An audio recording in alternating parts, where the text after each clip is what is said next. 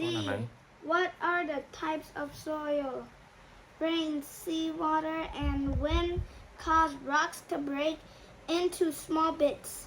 These bits are called grains that make up soil. មានន័យថាម៉េចអាហ្នឹងគ្រូ មានន័យថាវាធ្វើឲ្យដំណើរទឹកខ្ទិះជាមួយភ្លៀងទឹកសមុទ្រនិងខ្យល់ធ្វើឲ្យដំណើរខ្ទិះទៅជាដុំទូចអូដុំទូចគេហៅថា grain ដល់វាធ្វើអីហើយសូយហ្នឹងចឹងនេះអានេះរូបភាពចឹងហើយចុះបានតារ៉េនxongវាធ្វើឲ្យដុំថ្មតិចទីដែរកូនតែសារពេលខ្លះវាភ្លៀងរាល់ពេលខ្លះប៉ាអាទឹកមកបាញ់ចំហើយទួយអី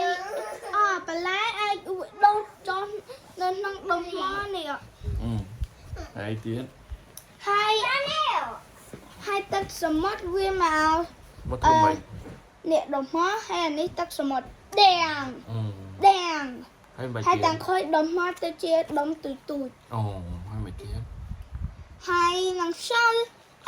អានេះដុំថ្មហើយអានេះខ្យល់តាមខូចយូរឆ្នាំទៀតមិនខ្ទេចខ្ទីអស់វាប្រហែលឆ្នាំកូនអាច100ឆ្នាំឬ1000ឆ្នាំអីហើយវាទៅជាដីប្រហើយចឹងមែនហ្នឹងហើយអាចដីយើងអាចបានហ្នឹងគឺជាដីធម្មតា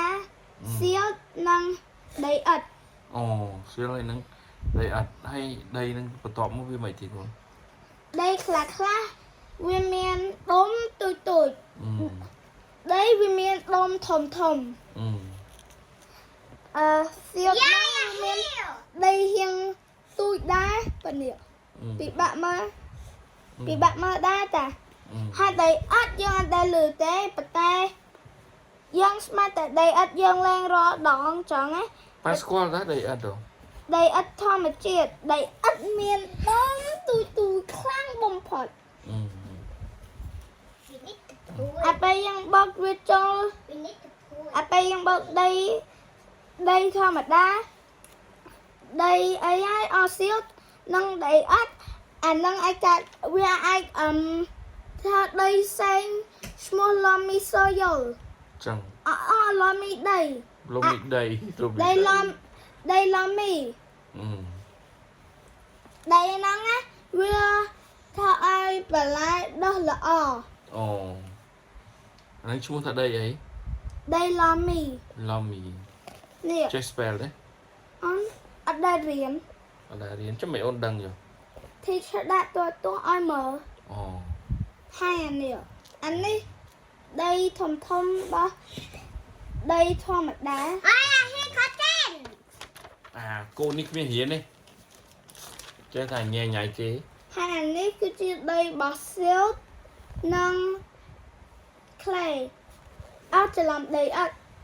មើលអូខេនេះអានេះ